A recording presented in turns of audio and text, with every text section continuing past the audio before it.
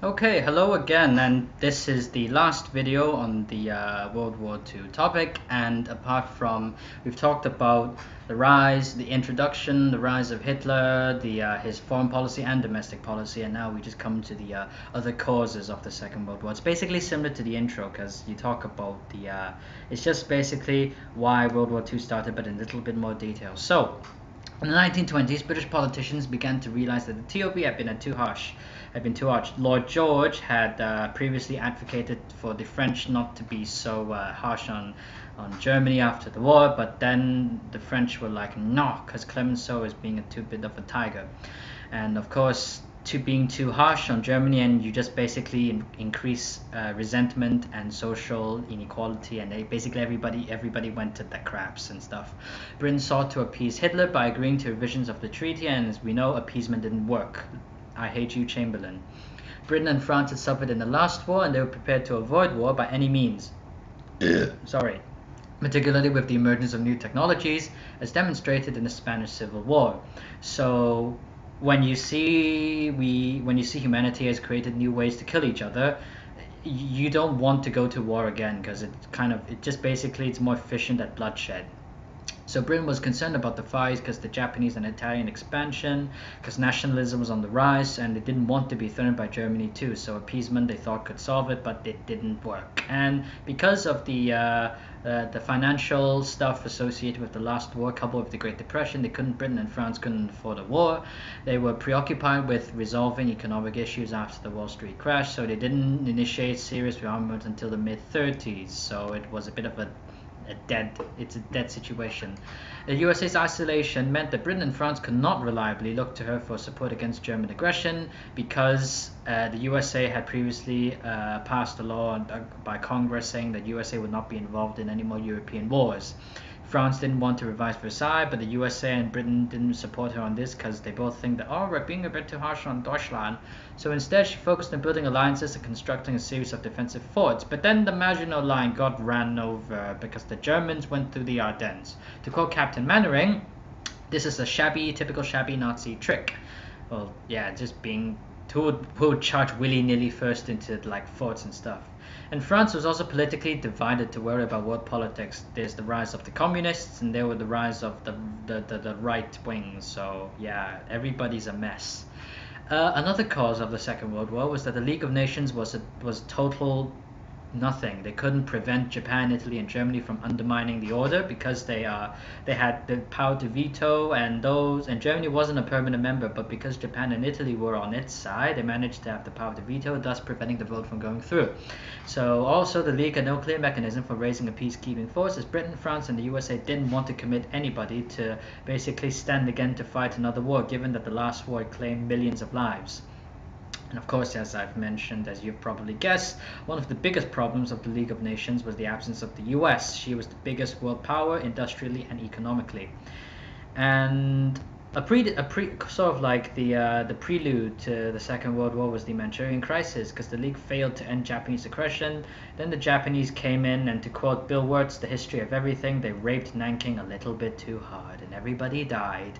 And Hitler and Mussolini were also aggressors because fascism and the League just didn't work on them. The Abyssinian Crisis in 35 to 36, with Italy going in, the League sanctions collapsed the Strt front, but that drove Italy into the arms of Hitler, and thus set the scene for the building of another faction, another bloc, the Rome-Berlin axis. So Hitler and Italy were now two pretty substantial powers in Europe and allied together, and they were the enemies of, or would be enemies of, the Allies. And Hitler remilitarized the Rhineland in 36. The Nazis gained the vote.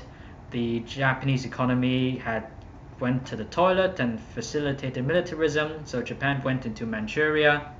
So by this time in history, it was everybody for themselves, and this notion of freedom and democracy was like pants, because they didn't care anymore. So everybody just wanted to, especially the losing powers of the last war, they wanted to prove themselves to be not as weaklings as they thought, and just gain and build another empire to make themselves, quote unquote, great again.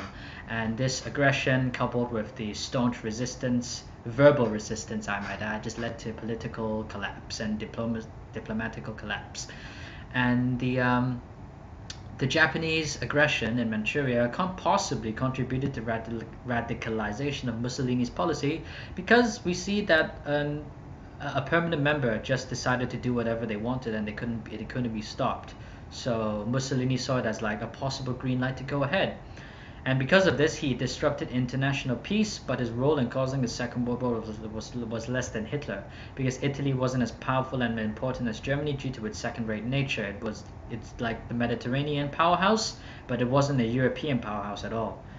So the Straits of Front with Britain and France in 1935 was kind of okay, but had Mussolini not like destroyed this with his invasion, it was possible that Mussolini would have been on the Allied side and Hitler would have had a bigger contender and possibly reconsidered his actions and thus remilitarizing and becoming too much of a dick. Mussolini committed Italy in 1940 when he declared war on France, because he assumed that Hitler was on the verge of victory, but Hitler just didn't go through with the Blitz and destroying the Allied armies at Dunkirk, so that was first mistake for Das Corporal.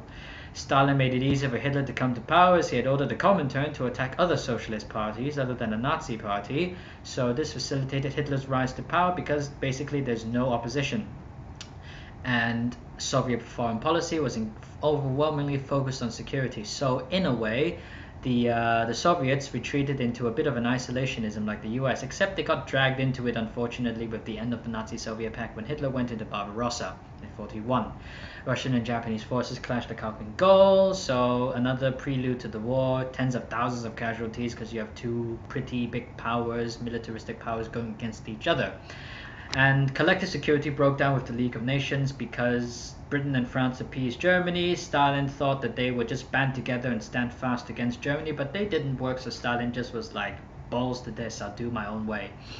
Stalin was not invited to the Munich conference despite his pact with France and Czechoslovakia because he possibly feared Britain and France were appeasing Hitler, which was actually reality, so that he wouldn't focus on the West and expand into Eastern territories. So in a way, Stalin was fearing that Britain and France were actually trying to legit make friends with Hitler, but luckily for him, Hitler turned on them as well.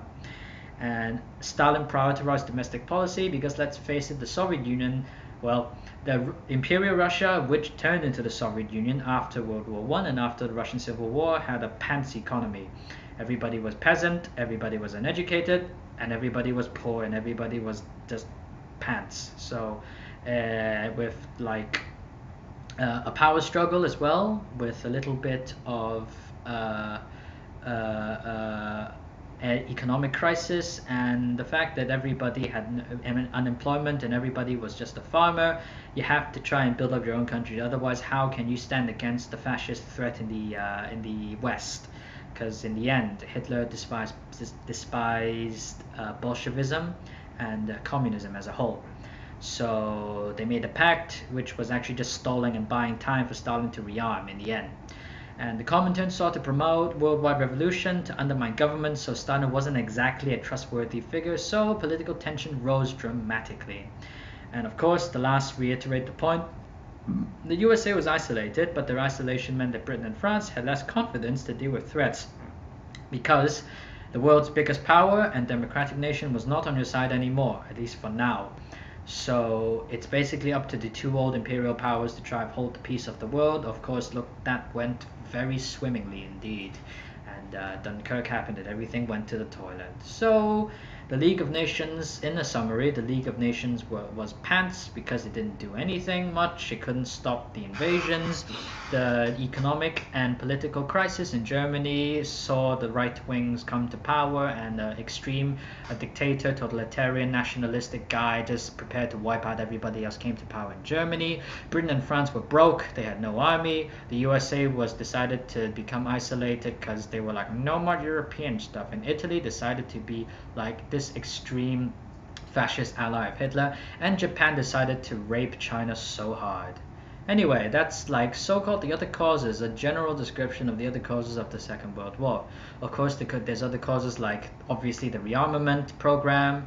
There's like the fact that the world tension was so thick you could cut it with a knife, and the fact that you have two obvious powers such as the Allies and the Axis, and you have the encouragement of the rise of radical ideologies such as communism and extreme nationalism. Anyway, that's it, and I think we'll move on to the next topic next time. So thank you for listening, comment, rate, and subscribe, and I will see you next time, hopefully. Bye bye.